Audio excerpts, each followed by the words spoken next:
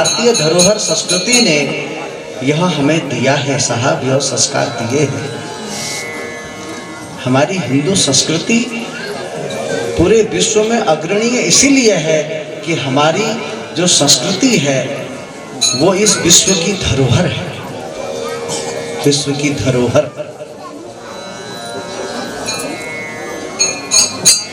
दशरथ महाराज ने मधुप्राशन वगैरह करवाया और राजा के शरीर में रोमांच हो गया। ऐसा वर्णन आता है, रामम राजीव पन्नाक्षम दृष्ट्वा हर्षा सुलुप्तः। हर्ष हो गया, पूरे शरीर का रोम रोम प्रफुल्लित हो गया राजा दशरथ के।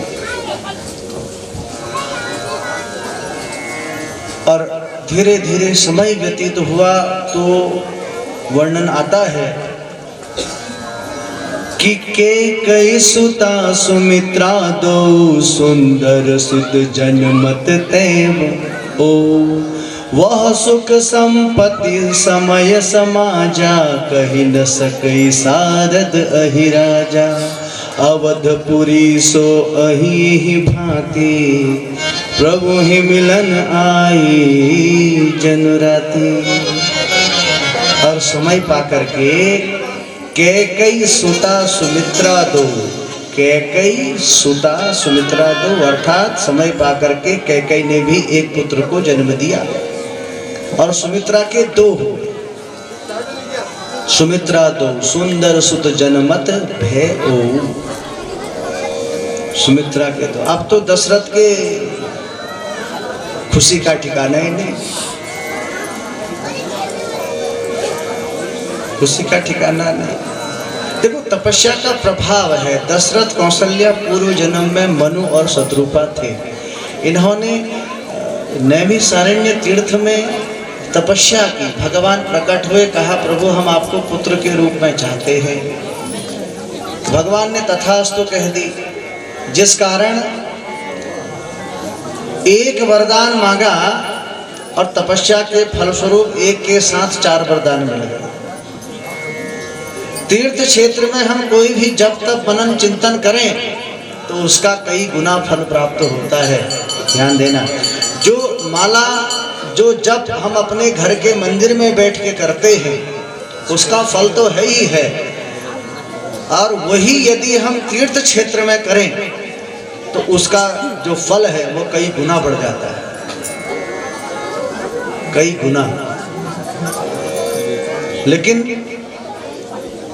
हम यदि पाप भी करते हैं तीर्थ में तो वो अक्षम्य है, उसका कोई निराकरण नहीं है। क्योंकि अन्य क्षेत्रे कृतम पापम तीर्थ क्षेत्रे विनश्यति, तीर्थ क्षेत्रे कृतम पापम वज्रलेपो भविष्यति, वो वज्रलेप हो जाता है। तीर्थ क्षेत्र में किया हुआ दान, जैसे ये राम कथा चल रही है, इस राम कथा में आपने 1 रुपया भी दिया दान स्वरूप, सहयोग स्वरूप, तो भगवान की ऐसी कृपा बरसेगी आपको 4 रुपया जरूर मिलेगा, पक्की बात है। 4 गुना फल, ये इसका प्रमाण है। दशरथ कौशल्या ने तीर्थ में तपस्या की और 1 वरदान के साथ 4 वरदान मिल गए, 4 पुत्र मिल गए। एक ही पुत्र की कामना की थी, 4 पुत्र हो गए, बोलो जैसे। तो अब तो दशरथ जी की खुशी का ठिकाना नहीं सा। और पूरे अवधपुरी में समाचार फैल गया, और पूरी अवधपुरी में जब समाचार फैला तो सारे अवधपुर वासी दशरथ जी के महल में, दशरथ जी सम्राट हैं और एक बड़े तेजस्वी प्रतापी पुण्यात्मा राजा हैं दशरथ जी, पुण्यात्मा राजा। और दशरथ अयोध्या वासियों को समाचार मिला कि हमारे राजा के यहाँ 4 पुत्र हुए हैं, तो सब बड़े प्रसन्न हुए साहब।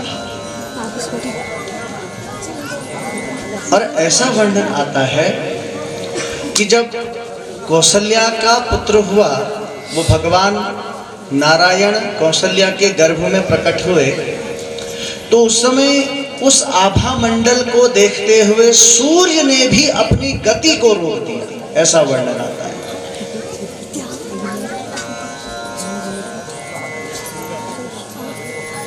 सूर्य ने भी अपनी गति को, अर्थात सूर्य जैसे सूर्य पूरब से उदय होता है और पश्चिम में जाकर के ढल जाता है, अस्त नहीं होता सूर्य का, कभी अस्त नहीं होता सूर्य यदि अस्त हो गया तो फिर संपूर्ण सृष्टि ही अस्त हो।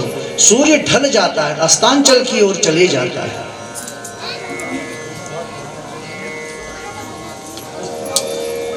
तो सूर्य जब भगवान प्रकट हुए तो सूर्य एक ही गति पर एक ही जगह स्थिर हो गया।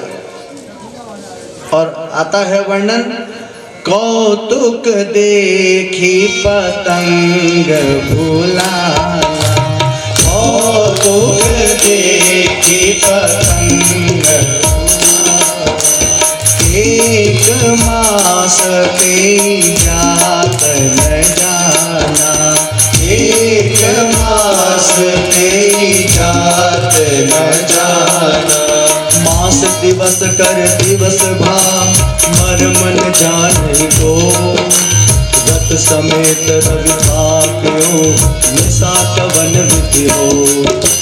कौतुक देखी पतंग भुलाना, कौतुक देखी पतंग भुलाना।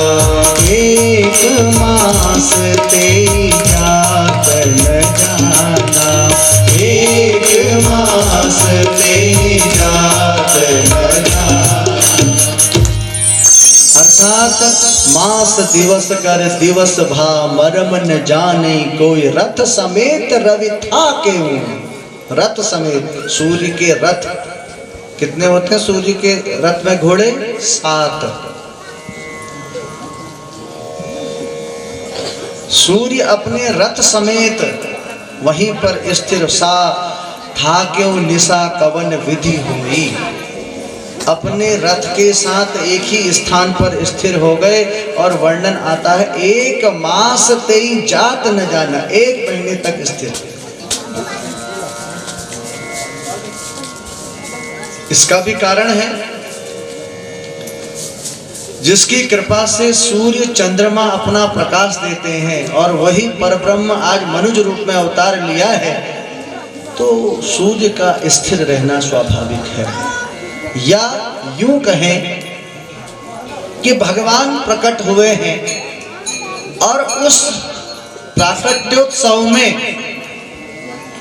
पूर्ववासियों को ध्यान ही ना रहा हो कि सूर्य कब अस्तांचल को गया, कब उदय हुआ, कब अस्तांचल। ऐसे में 1 मास ते ही जात न जाना, 1 मास तक आभासी नहीं रहा कि सूर्योदय भी हो रहा है या अस्तांचल की ओर जा रहा है। लेकिन कई मानसकार संतकार यही कहते हैं कि सूर्य ने अपनी गति को रोक दिया, अंधेरा ही नहीं हुआ, अर्थात 1 दिन 1 मास का हुआ, 1 दिन 1 मास का, ऐसा वर्णन है।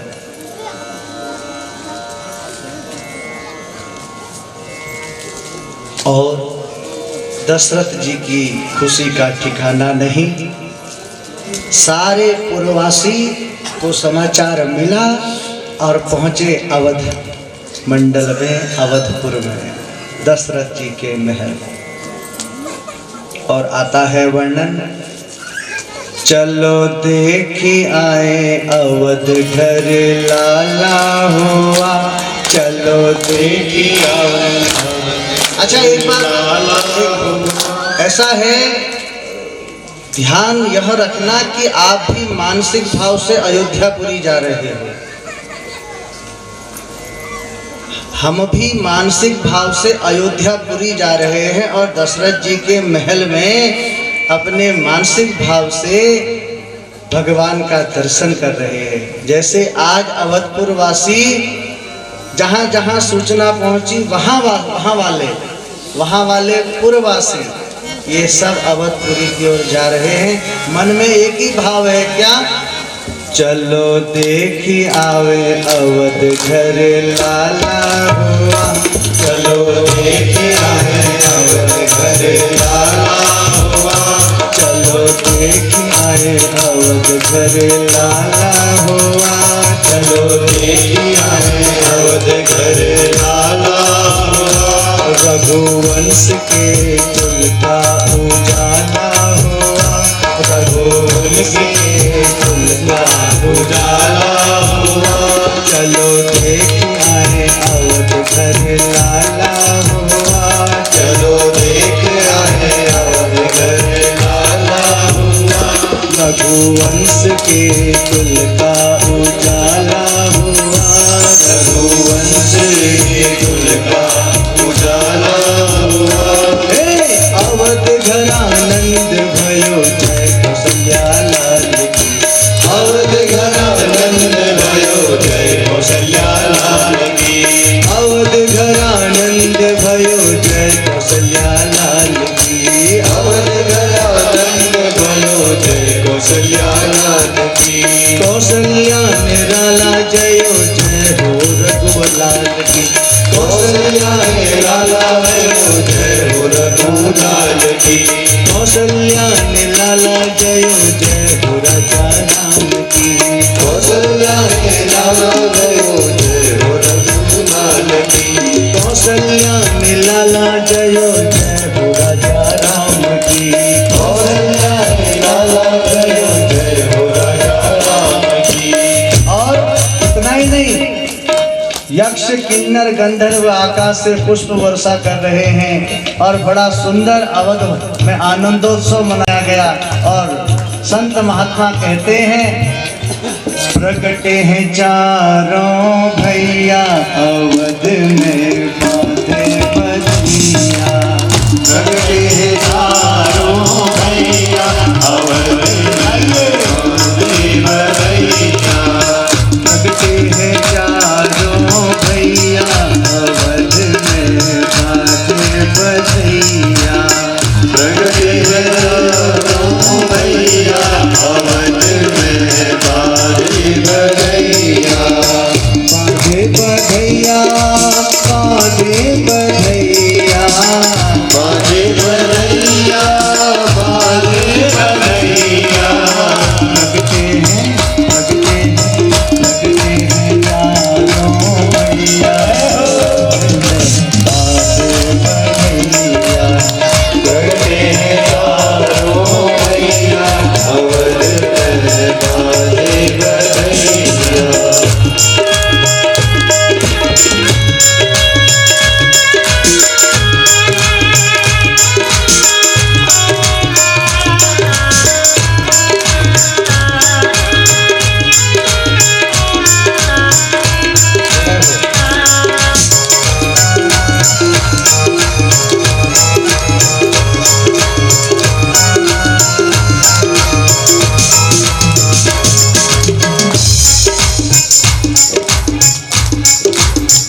ब्रह्मा शंकर दर्शन को आए, ब्रह्मा शंकर दर्शन को आए, ब्रह्मा शंकर दर्शन को आए, ब्रह्मा शंकर दर्शन को आए, संग में आई तोरा मैया भैया आ रही है, संग में आई गोरा मैया बधैया मार रही है, लगते हैं चारों भैया अवध में बांधे बधैया, प्रगटे हैं चारों भैया अवध में बांधे बधैया, राजा लुटावे हाथी और घोड़ा, राजा लुटावे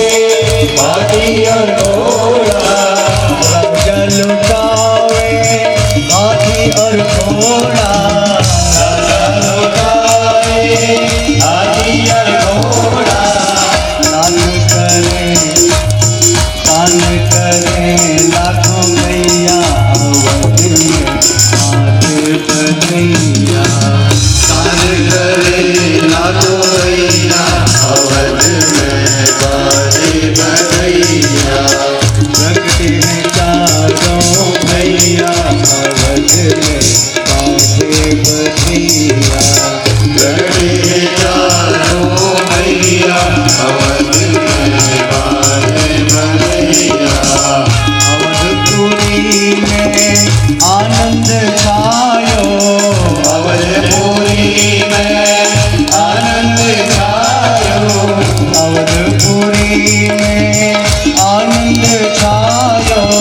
अवधपुरी में आनंद छायो।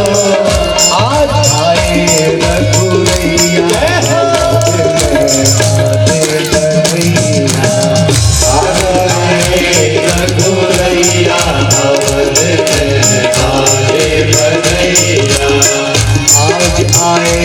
रघुरैया अवध में काजे बधैया। आज आए रघुरैया अवध में काजे बधैया। प्रगटे हैं चारों भैया अवध में काजे बधैया। प्रगटे हैं चारों भैया अवध में काजे बधैया। प्रगटे हैं चारों भैया अवध में काजे बधैया। प्रगटे हैं चारों भैया अवध में काजे बधैया। बोलिए आनंद कंद भगवान की। तो बड़े सुंदर प्रकार से अवध में आनंदोत्सव मनाया गया साहब।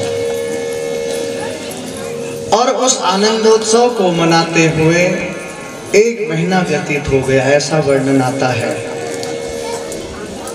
कि अवध निरंजन खड़ा पुकारे देखूंगा तेरा लाला। अलग निरंजन खड़ा पुकारे देखूंगा तेरा लाला। आज अयोध्या की गलियों में नाच जोगी मतवाला। आज अयोध्या की गलियों में नाच जोगी मतवाला। निरंजन खड़ा पुकारे देखूंगा तेरा लाला। अलग निरंजन खड़ा पुकारे देखूंगा तेरा लाला। आज अयोध्या की गलियों में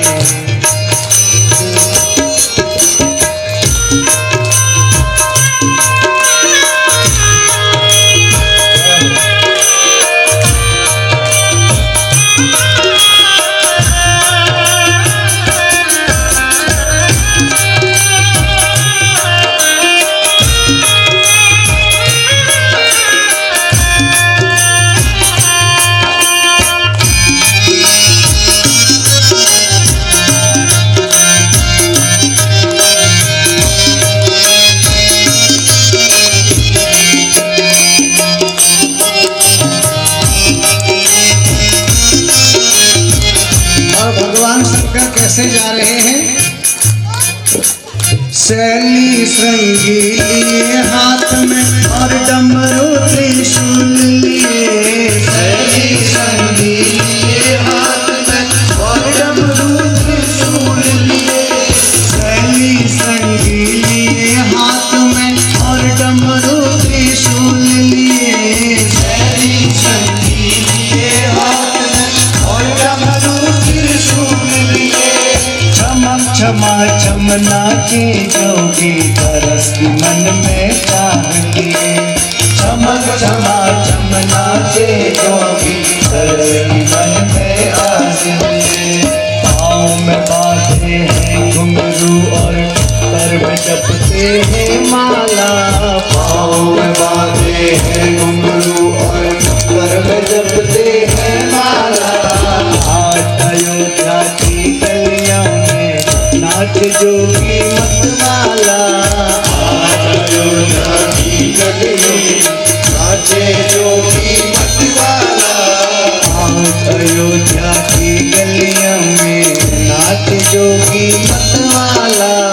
आज अयोध्या की गलियों में नाचे जोगी मतवाला। निरंजन खड़ा पुकारे देखूंगा तेरा लाला। अलग निरंजन खड़ा पुकारे देखूंगा तेरा लाला। और ऐसे भ्रमण करते करते हुए महादेव पहुंच गए हैं दशरथ जी के महल पर और जोर से एक आवाज लगाई, अलग निरंजन। और भेजा दासी ने, कौशल्या ने देख के आ तो दासी कौन आया बाहर पे।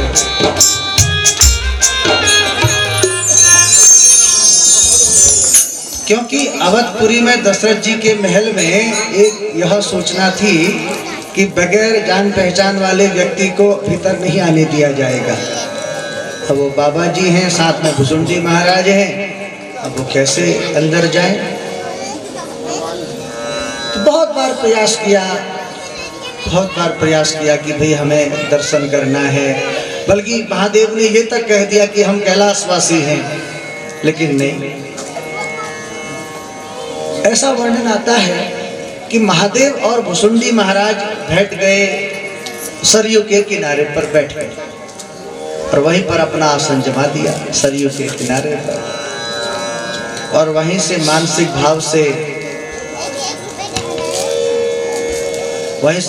भाव से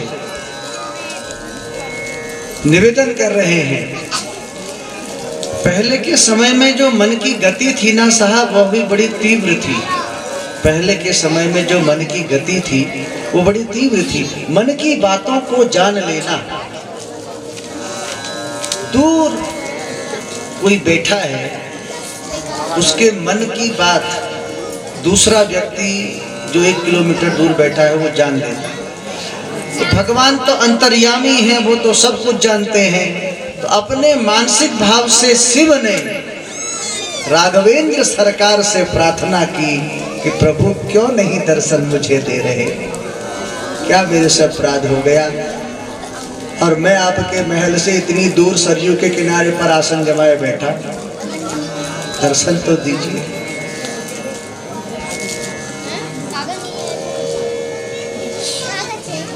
तो भगवान ने एक लीला करी और लीला करते हुए रुदन शुरू किया, और जिससे कौशल्या को चिंता हुई कि क्यों रो रहा है। बहुत प्रयास किया चुप कराने का, नहीं।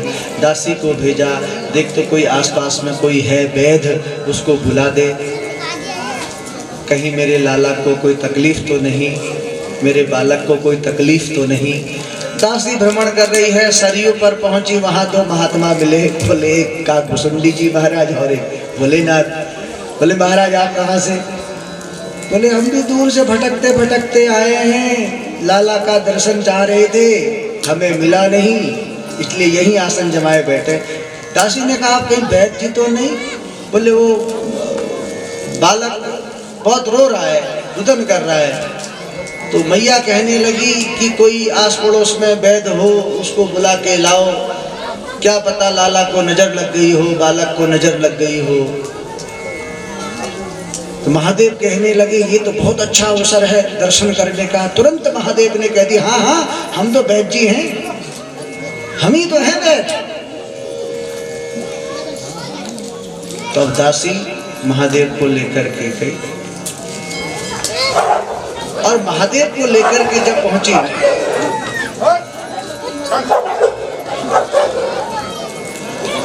महादेव को लेकर के दासी पहुंची है,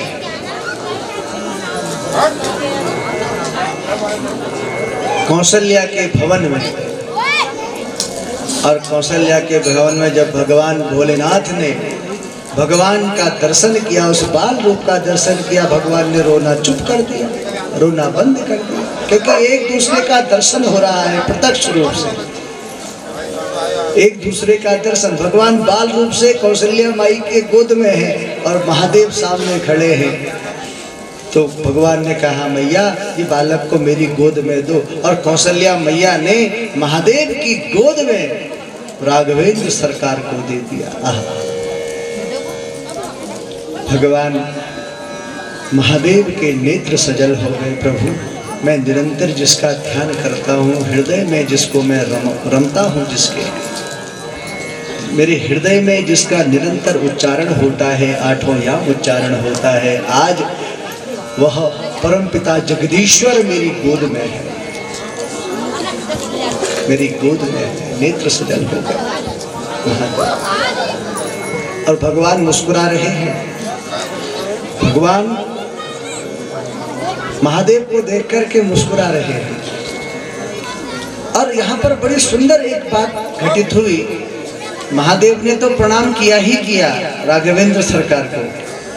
अब राघवेंद्र सरकार भी अपने मानसिक भाव से भगवान शिव को नमन कर रहे हैं।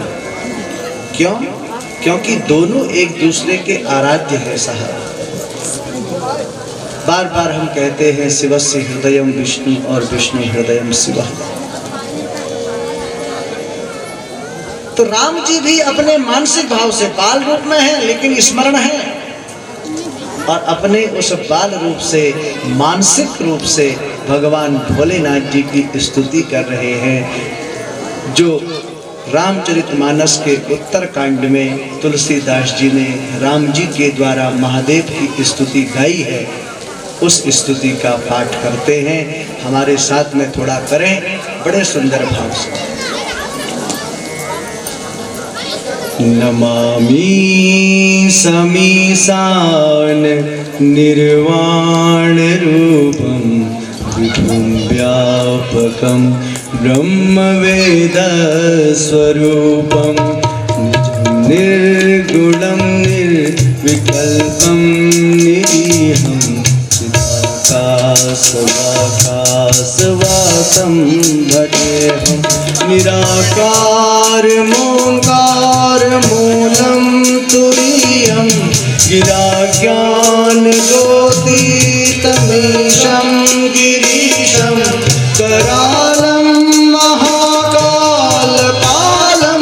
कृपालं गुणागार संसार पारं नतोऽहं तुषाराद्रिसङ्काशगौरं गम्भीरं भूतकोटि प्रभाश्री शरीरं मौलिकल्लोलिनीचारुगङ्गा लसत्पालपाले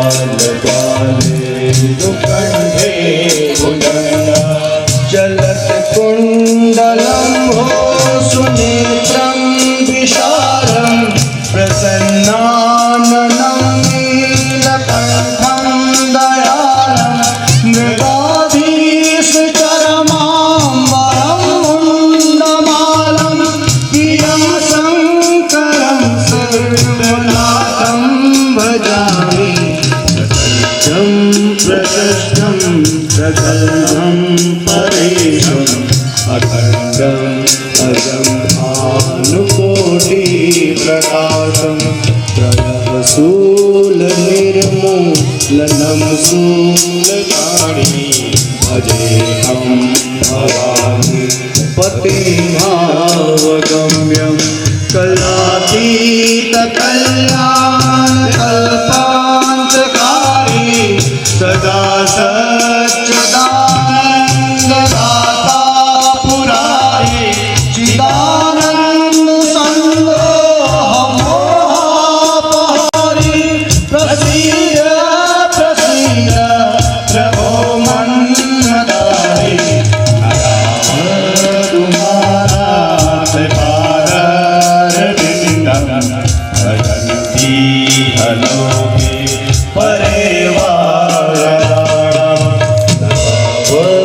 सुखं शान्ति संतापनाशं प्रसीद प्रभो सर्वभूताधिवासं न जानामि योगं जपं नैव पूजां न तोऽहं सदा सर्वदा सम्भुतोऽभ्यं जराजन्म दोषापराधाप्यमानं प्रभो पाहि तापं नमामीश शम्भो पाहि आपं नमामीश शम्भो प्रभो पाहि आपं नमामीश शम्भो प्रभो पाहि आपं नमामीश शम्भो प्रभो पाहि आपं नमामीश शम्भो।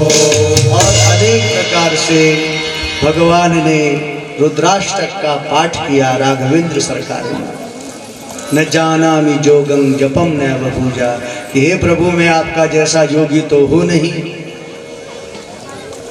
जपम नैव पूजा, न मैं जप जानता हूँ, नैवम पूजा, न मैं पूजा जानता हूँ। न तो हम सदा सर्वदा संभुतुभ्यम जो कुछ भी है आप ही का दिया है। इसलिए मेरे इस भाव को आप समर्पणात्मक दृष्टि से स्वीकार करें कि भगवान राम। और महादेव के नेत्र सजल हो जाते हैं और महादेव के नेत्र सजल होते हुए बहुत सारा आशीर्वाद देकर के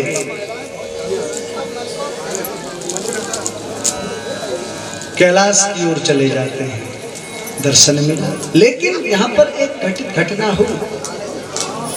शिव जी तो कैलाश को चले गए, लेकिन काकभुसुंडी जी महाराज वहीं अयोध्या में ही विराजमान हो गए। क्योंकि भगवान का जो दर्शन एक बार कर ले, जिसकी नजरों में हैं श्याम प्यारे, वो तो रहते हैं जग से न्यारे। और जिसकी नजरों में मोहन समाए, वो नजर फिर तरसती नहीं है। पाकर के हम कृतार्थ हुए और भुसुंडी महाराज तो वहीं अयोध्या में ही रुक गए और हम कैलाश आ गए।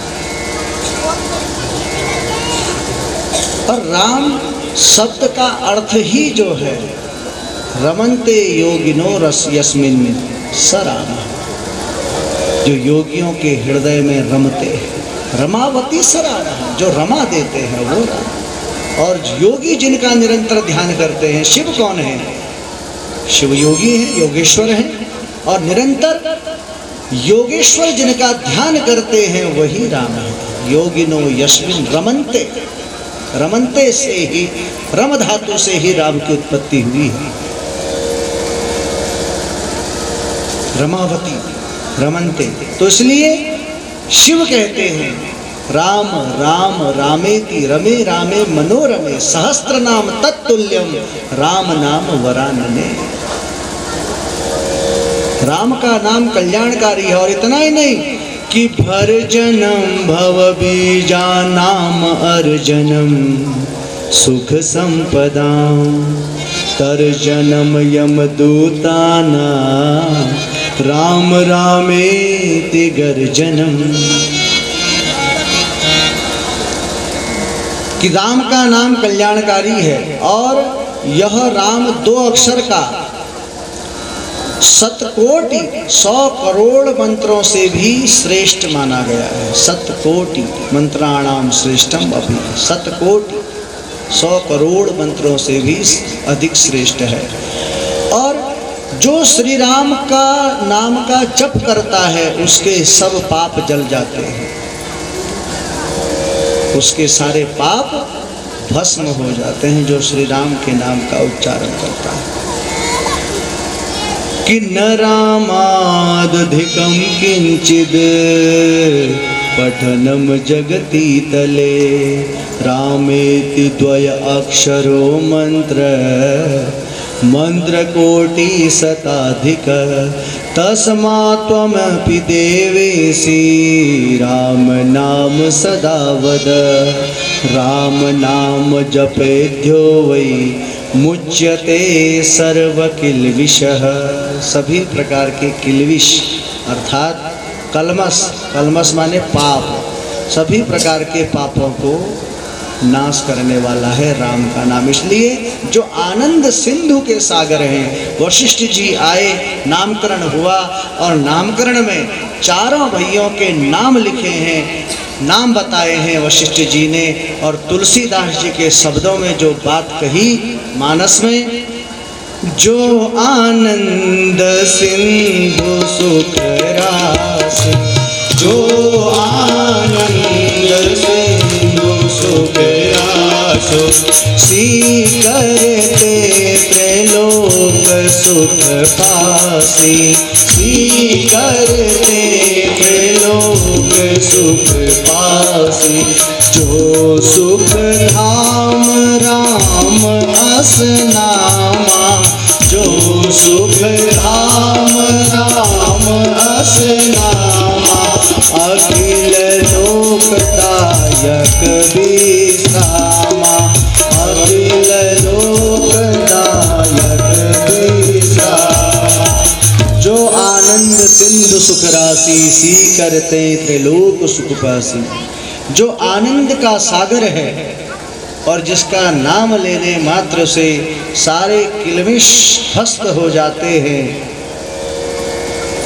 जो आनंद को देता है और जिसका नाम लेकर के संपूर्ण लोग विश्राम की ओर अग्रसर होते हैं, इसलिए इनका जो सुख धाम राम असनामा, इसलिए इनका नाम राम है। कौशल्या के पुत्र का नाम राम रख दिया। उसके बाद कैकेयी कुमार की बारी आई। विश्व भरण पोषण कर जोई, विश्व भरण पोषण ताकर नाम भरत अस होई, ताकर नाम भरत अस होई। जो संपूर्ण संसार का भरण पोषण करेगा। भरण पोषण का मतलब त्याग की मूर्ति, ध्यान देना। त्याग को जीवन में अपनाना है तो भरत जैसा त्याग करो। और जिसको त्याग समर्पित हो जाता है, जो त्याग के समर्पित भावना में बह जाता है, उसे सांसारिक सुखों से फिर क्या लेना देना, क्या भोजन। इसलिए भरत का नाम लेने मात्र से जो अज्ञानता है उसमें ज्ञान का प्रकाश उज्जवल होगा और त्याग की भावना जगेगी।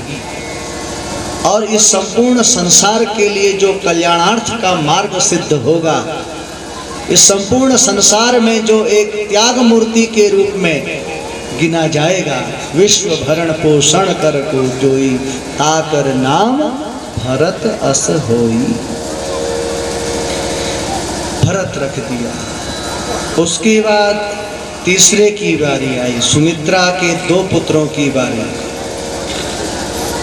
जाके सुमिरन तेरी पुनासा, जाके सुमिरन तेरी पुनासा, नाम शत्रुहन वेद प्रकाशा, नाम शत्रुहन वेद प्रकाशा। जाके सुमिरन ते रिपुनासा। रिपु का मतलब होता है दुश्मन, जिसके नाम से दुश्मन कंपायमान हो जाएंगे। जिसका नाम लेते ही दुश्मन कंपायमान हो जाएंगे, इसलिए इनका नाम शत्रुहन वेद प्रकाश। इनका नाम शत्रुहन। अब चौथे की बारी आई।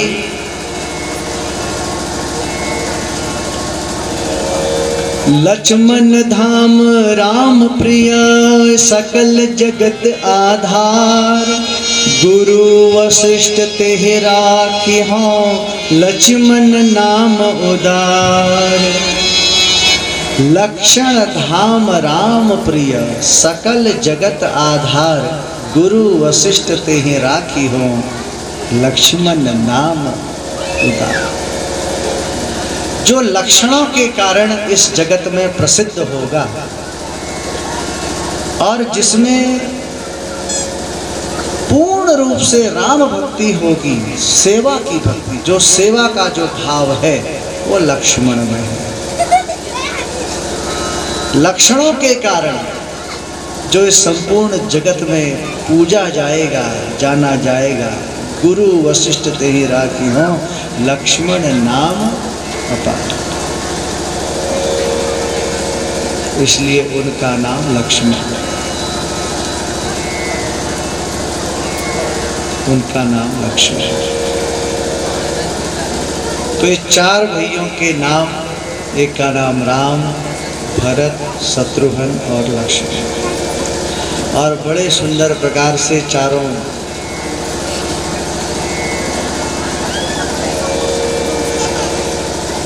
भाई का नामकरण हुआ। सुमित्रा के 2 पुत्र हुए, लक्ष्मण और शत्रुघ्न। कैकेयी कुमार भरत और कौशल्या नंदन। भगवान की बाल लीलाएं अद्भुत रही। दशरथ जी का अब सारा ध्यान राम, और राम को बहुत प्रिय मानते, और भगवान का अवतार है राम। उस परब्रह्म का अवतार है राम। राम जी की जो छवि है निहारने से ही बनती है। एक बार जिसको राम का दर्शन हो जाए तो उसे फिर किसी और चीज की कामना नहीं है। और उसी में भगवान नारायण पाषाण रूप में विराजमान है। हरा तुलसी का पौधा उस कुंड में डालो, शालिग्राम उसमें चिपक जाता है। शालिग्राम भगवान का एक विग्रह स्वरूप है। शालिग्राम की कभी प्रतिष्ठा नहीं होती। शालिग्राम भगवान नारायण का ही एक स्वरूप है जिसकी कभी प्रतिष्ठा नहीं होती। उसको अपने घर में रखो और पूजन करो। और तुलसी सदा उस पर अर्पित होनी चाहिए। शालिग्राम को तुलसी बहुत प्रिय है।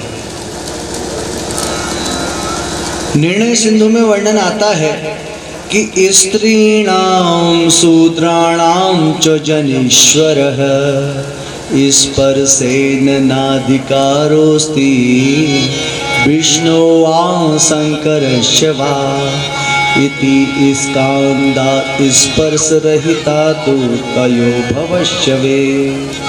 अर्थात स्कंद पुराण कहते हैं कि स्त्रियों को और अनुपीत बगैर यज्ञोपवीत, जो यज्ञोपवीत धारण नहीं करते, और स्त्रियों को शूद्रों को विष्णु तथा शंकर के स्पर्श का अधिकार नहीं है। ये निर्णय सिंधु में बताया। स्कंद पुराण में वर्णन आता है शूद्रो वा स्त्रियो वा पतितो अपि वा केशवम वा शिवम वापि स्पृष्टा। अर्थात जिसका उपनयन संस्कार नहीं हुआ है, जो पतित है, उसको भी शालिग्राम का स्पर्श करने का अधिकार नहीं है। कभी भी मर्यादा का उल्लंघन नहीं किया। धीरे धीरे समय व्यतीत हुआ और जो एक नियम परिपाटी बनी है बाल्यकाल की, उस बाल्यकाल की नियम परिपाटी के अनुरूप रहते हुए धीरे धीरे युवान अवस्था को प्राप्त किया चारों भैया ने। और सुंदर प्रकार से इनका यज्ञोपवीत संस्कार किया गया। दशरथ और तीनों रानियों ने मिलकर के चारों का यज्ञोपवीत संस्कार किया और यज्ञोपवीत संस्कार करके इनको गुरुकुल भेजा। ध्यान देना। और तुलसीदास जी कहते हैं गुरु ग्रह गए पड़न रघुराय, गुरु ग्रह गए पड़न रघुराय, अल्पकाल विद्या सब आई, अल्पकाल विद्या सब आई, जाकी सहज श्वास श्रुति चारी, जाकी सहज श्वास श्रुति चारी, सो हरि पड़य कौतुक भारी, सो हरि पड़य कौतुक भारी। गुरु ग्रह गए पड़न रघुराय। अब उसके बाद गुरुकुल गए।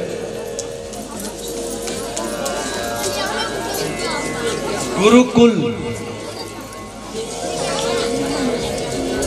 भगवान राम जी ये चारों भैया गुरुकुल पढ़ने गए। गुरुकुल बोले वशिष्ठ जी का आश्रम।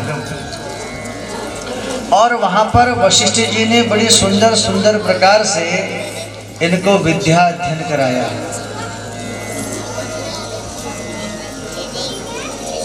और विद्या अध्ययन कराते हुए अल्पकाल सब विद्या आई, विद्या पाई।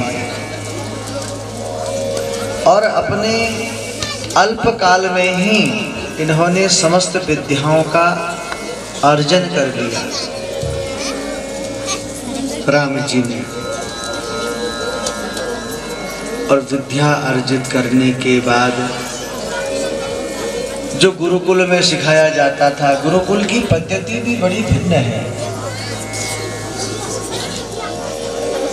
पहले के समय की संस्कृति में यदि देखें तो आश्रम होते थे, सुंदर शिष्टाचार वहाँ पर सिखाया जाता था।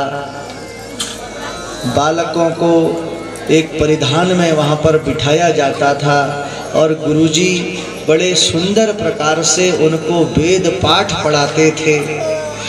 और वेद पाठ पढ़ाते हुए वैसे ही उनका परिधान होता था, वैसे ही केश होते थे, वैसे ही मुखमंडल की आभा होती थी और शांतियता वातावरण होता था। उसमें गुरुजी बड़े सुंदर प्रकार से उनको विद्या अध्ययन कराते थे। लेकिन आजकल के हिसाब में स्कूल टाइम 10 बजे चल 11 बजे जाओ 11। और स्कूल में जाकर के भी क्या होता है, आपस में ही बतियाने में लगे रहे। अब अध्यापक महोदय कक्ष में आए तो गिन करके 5 बच्चे, घर से सभी लोग कह के गए कहाँ जाने, स्कूल। स्कूल जाने के बहाने कहीं और चले जाते हैं। कई जगह ऐसा देखने को मिलता है।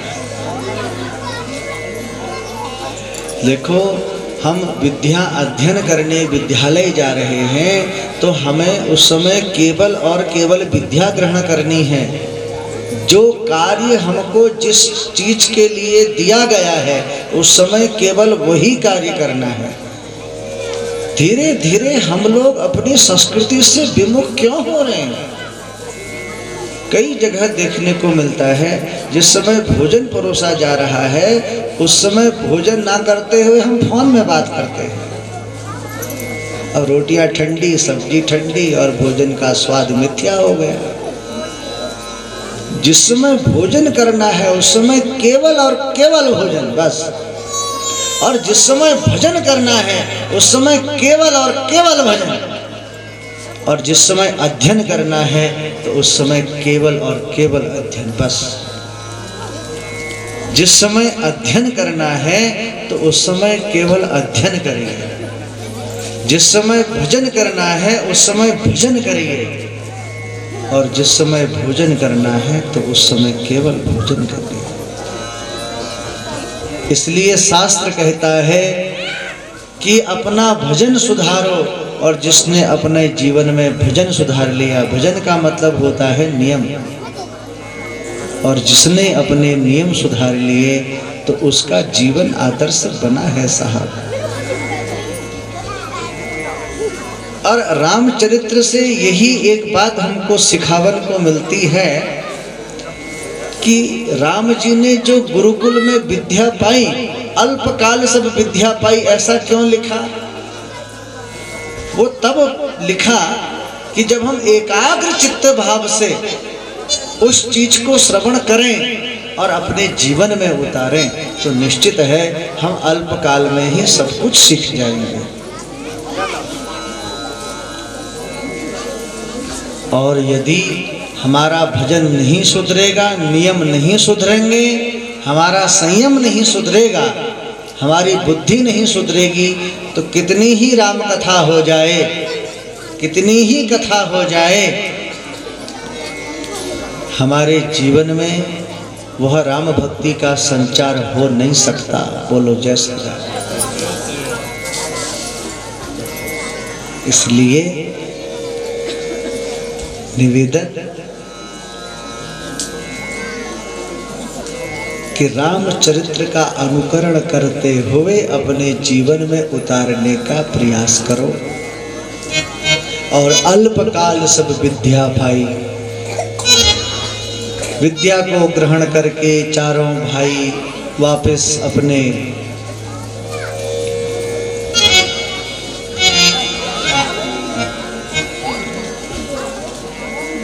अवधपुरी में पहुंचे हैं। और अवधपुरी में पहुंचते हुए अपने माता पिता के प्रति जो एक आदर्शता होती है वो राम जी ने प्रस्तुत की। और आनंद रामायण में आता है वर्णन कि चारों भाई गुरुकुल से विद्या प्राप्ति के बाद रोज प्रातःकाल उठकर आराधना करते हैं। भगवान राम स्नान संध्या वंदन करते हैं, स्वाध्याय करते हैं और प्रातः रुत्थाय सुस्नातः विप्रावभिवाद्य च पौरकार्याणि सर्वाणि करोति विनीयान्वितः। प्रातः काल स्नान ध्यान करते हुए ब्रह्म मुहूर्त में उठते हैं राम जी, ऐसा वर्णन आता है। हमारी तुम्हारी तरह थोड़ी कि 10 बजे चद्दर में निकलने में। ब्रह्म मुहूर्त का जो समय होता है ये बड़ा दिव्य समय है। इस समय भगवत आराधना का अनुपम समय होता है। लेकिन जिस समय सोना होता है उस समय हम संसारवासी सोते नहीं। क्यों नहीं सोते? देखा है कई जगह 1-1 बजे तक फोन के मोबाइल इसी देखनी, इसी 1-1 बजे तक, 1-1 रात को बजे तक, ऐसा पता नहीं क्या होता है उसमें। भोजन किया, संध्या वंदन शाम को किया, अपना शाम को 9 बजे तक सो जाओ, सुबह को 4 बजे उठो। सुबह के समय उठने के बाद जो मंद मंद वायु आती है वो हमारे मनो मस्तिष्क को ताजा रखती है, शुद्ध रखती है। उस समय स्नान ध्यान करके प्राणायाम करो, ब्रह्मरंध्र शुद्ध होता है, मन एकाग्र होता है, बुद्धि तीव्र होती है।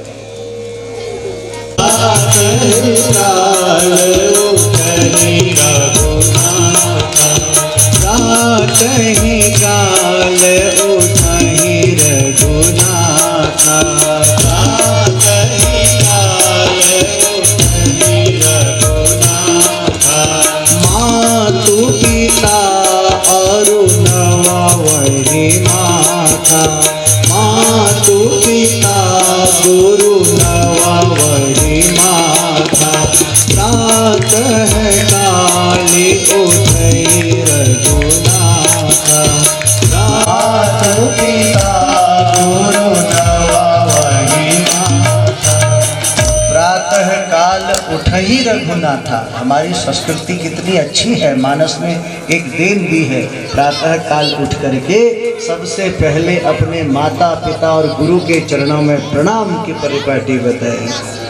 लेकिन अब यहाँ पर हो गया प्रातः काल उठे